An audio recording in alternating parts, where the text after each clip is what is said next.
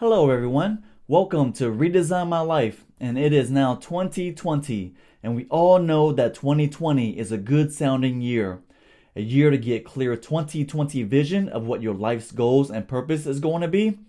Today, we are going to be talking about reinventing yourself, and there is no one better that I can think of when it comes to this than Steve Harvey's manager, RUSHION MCDONALD.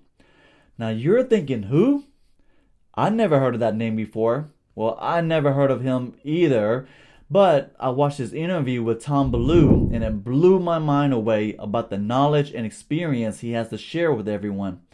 Remember, this is all about reinventing yourself, which means you are looking to make some changes, some upgrades, or a transition in your life. He came from the projects, got himself out of the projects and finished college, grinded corporate America and was a top level executive, left a cush job to pursue his dream of becoming a stand-up comic. He ended up being a top-ranked comedian, left that dream to become Steve Harvey's manager, then grew with Steve Harvey and ended up being an executive producer for Steve Harvey's shows, including Family Feud. And then he left Steve Harvey to build his own marketing company. With that wealth of knowledge and experience, some of us are just looking for an extra 20 to 30K in our lives, and we have a hard time trying to make that change. And he has done 5 major transitions and changes to his life. So here are his top 5 tips that I learned from him that I would like to share with you. Number 1. I would tell you this, fear. I feel that most people stay in their jobs or working things, or even marriage or relationships, because they fear change. Can I do better? Can I get a better opportunity? Will somebody hire me? Will somebody date me? Will somebody marry me? Will somebody want my kids that I have? That's a fear, and people don't want to make change. So I don't just take it from just an entrepreneurial standpoint. I take that conversation to the social behavior of people when they don't want to make adjustments because they've already told themselves they can't do it. And when you make adjustments, when you stop yourself first, really is sad. Because let somebody else tell you what you cannot do. But in the process of that, prepare for success. In other words, are you willing to put time in your next move? And a lot of people say things like, I'm not a morning person. I don't really know what that means. I really don't. I have 24 hours in the day. I try to take advantage of every hour. And I have certain rules that I initially tell people on a regular basis. If you want to start living a successful life, start locking into a consistent time that you should get up every day. And I'm going to just tell you this honestly. If you're about to make a change in your life and you feel uncomfortable, that's the best feeling you can have. Because for the first time in your life, you're making a decision that's going to be best for you and not what somebody told you to do. And that's when all bets are off, man, because you're about to enter some uncharted waters that's going to force you to challenge yourself to be perfect in so many ways. And shooting for perfection is all good. You don't shoot for average because you're not going to hit all the time. If you shoot for perfection and you hit good or great, you're winning. Don't ever shoot for average. I just try to get people to understand, don't be average. There you go. He said it so concise and clearly. If you are not uncomfortable, you will never ever grow in your life. Remember, it was uncomfortable learning to ride a bike. It was uncomfortable learning how to type. You had like 40 letters and numbers all in your face. I was so uncomfortable learning how to edit videos. All those controls and buttons were so scary and confusing. It was so uncomfortable learning how to talk in front of people and in front of the camera. But over time, with practice, you will get better at it, and the reward is being comfortable being good at something. You only get good by starting off bad. And this quote I found a few months ago is something I will never forget. Every master was once a disaster. Let that sink in.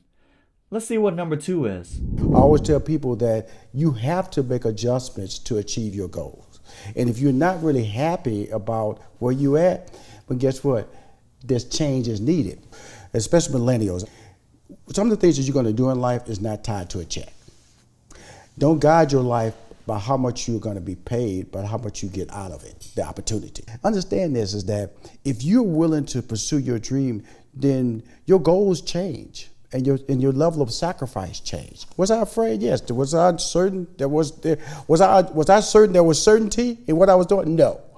But also in the back of my mind, I'm gonna tell you, I cheated a little bit. I said I could always go back to IBM. Know that now. Those are simple standards. If you keep it simple, you can find your voice.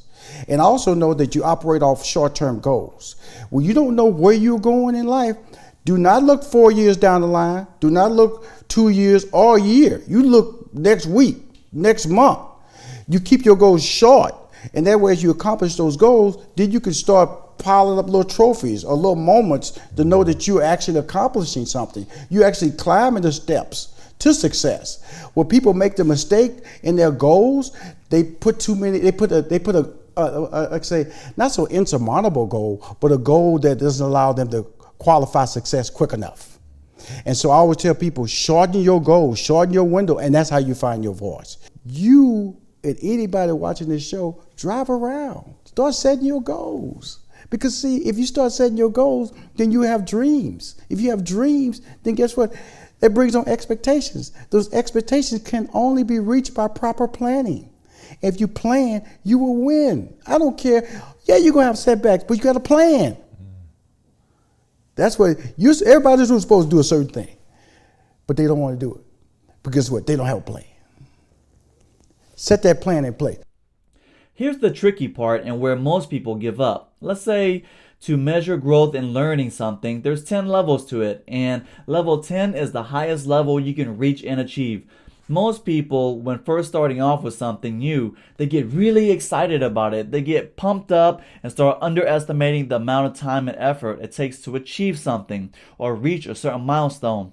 They start thinking, oh, it will only take a few weeks or months, 1 to 2 years tops to reach a high level.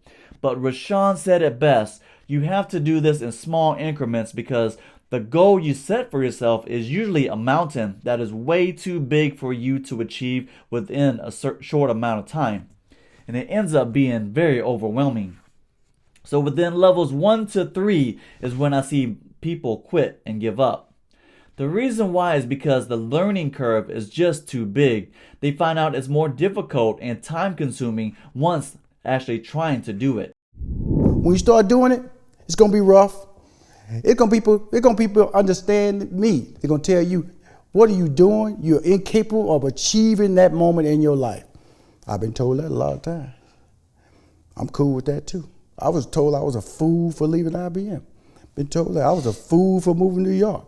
I was a fool for moving to LA. I was a fool for managing Steve Harvey when I gave up a successful stand-up comedy career. I've been told I was a fool for stop managing Steve Harvey. So people will tell you you're a fool. I embrace that because that's what life is about. Challenging you to do something that people tell you you're not supposed to do. Oh, this is another tough one. Depending on your goals and dreams, the bigger and crazier your dreams, the more people will think you're stupid, you're a fool, and you don't know what the hell you are doing. And they will try to get you off that ledge. But here's the thing. Everyone who has started a company, wrote a book, done anything creative, or tried to do a big transition in their lives had naysayers. People who don't believe in you, people who are trying to protect you. Even Kevin Hart had plenty of naysayers. In one of his interviews, he said when he told his brother he wanted to be a comedian, his brother told him straight up, I don't see it. So overall, this has to be blocked out of your head, and the only thing you can do is have tunnel vision towards your goals and dreams. And the important thing is you can learn from this. I guarantee you the experience, knowledge, and life lessons will take you somewhere in a positive direction. It might not be the exact match of what you were looking for, but it will lead you somewhere that you would have never thought possible. That's when I discovered that you got to have a team. And so I built a team around him. And when I stopped managing him, I was trying to figure out who Rushion was by myself. And that's terrible because you got to have people around you that tell you you're great, got to remind you you're special, got to remind you who you are and what you've accomplished. Because it's a general take is that as you build your life, you kind of narrow your accomplishment. In fact, you kind of throw away your successes. And so that's why it's important to have people in your life that are there to pump you up, to tell you, no, you've never done it that way like that before. You're committed to a certain plan of opportunity. Rashad, you shouldn't do it that way. You got to have a team to remind you of what you can do and what you've done. That's important. If you don't have a team and you're trying to rock it by yourself, you're just going to be frustrated. And I kid you not, you will fail. This is a great one. I know most people, when they are trying to do something, they usually try to do it on their own because they are afraid of asking for help, getting rejected, and no one will help them, or no one understands what they're trying to do, or they just don't know who to reach out to. But here's the thing. Everyone who has become a successful has had a mentor, coach, teacher, or learning tool and resources in their lives to help them grow. Think about a sports player. Even when they become a pro player, they still have coaches telling them what to do. And remember, before they became a pro, they had coaches and teammates every step of the way to help them grow. No one does it alone. Once you realize that and can open yourself up to having people help you, that is when your life will grow substantially and at a faster pace.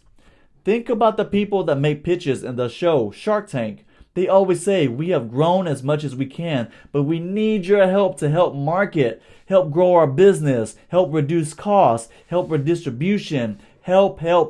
These people realize that without help, they cannot grow at the rate that they want. And that is the same for you as well. Without help, your life is going to be idle and stuck trying to grow, which means that is going to delay things for you. Also, another example, Steve Harvey had help too. Guess who was his biggest helper? RUSHION MCDONALD, his manager, helping with negotiations, helping with gigs, helping with the scheduling, helping with getting shows. Everyone needs a RUSHION MCDONALD in their lives. Last one. What did you learn in the inner cities? I didn't really learn anything. I just knew how to get out. When I sat in front of a television, man, I just saw things that I didn't see when I walked out my front door. I lived in it was 2 parents and 9 kids living in a 1-bedroom shotgun house. If you don't know what a shotgun house is, you open the front door and you can shoot a gun out the back door and it doesn't hit anybody. So I know exactly where I grew up in. I knew exactly the environment that I saw on TV was not around here. I rode a city bus. I didn't see a black person until I got downtown. TV is amazing to me, man, because, information is amazing. I think that if you give people in the inner city information, they will get out a lot faster. But what happens is, if every one of my friends that I hung out with, if we all stayed in the inner city, I would not be sitting here. I went and worked for a Jewish deli, learned how to make sauerkraut, Reubens. All these things were shaping RUSHION MCDONALD out of the inner city. Learning how to relate to people that weren't people in the hood, learning that there's a bigger scope of conversation that I had to gain. And so, but what I didn't lose was who RUSHION MCDONALD is. See, you can leave and still be RUSHION. I'm gonna be RUSHION now. I'm still gonna be that guy. The dream is to really, if I had to tell anybody something who's watching this show, is that if you see it on TV, create a realization that you can actually be a part of that. And if you do that, it would change the way you look at things. He says you got to get out of the hood to win.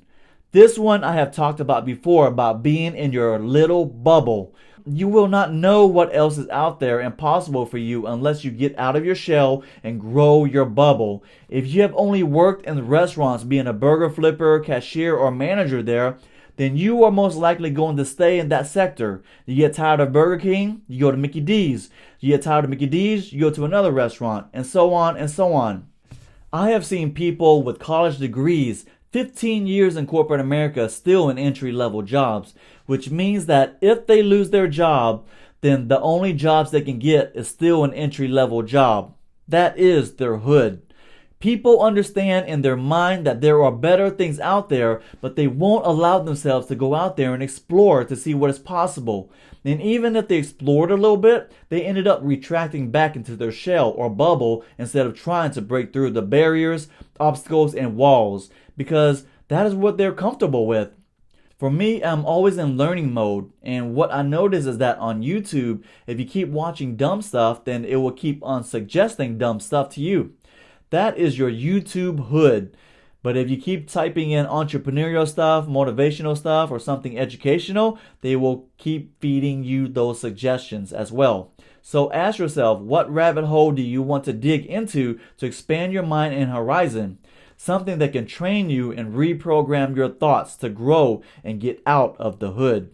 Or just keep doing the same stuff over and over. You know, by doing the same stuff over and over, you will get the same patterns and results.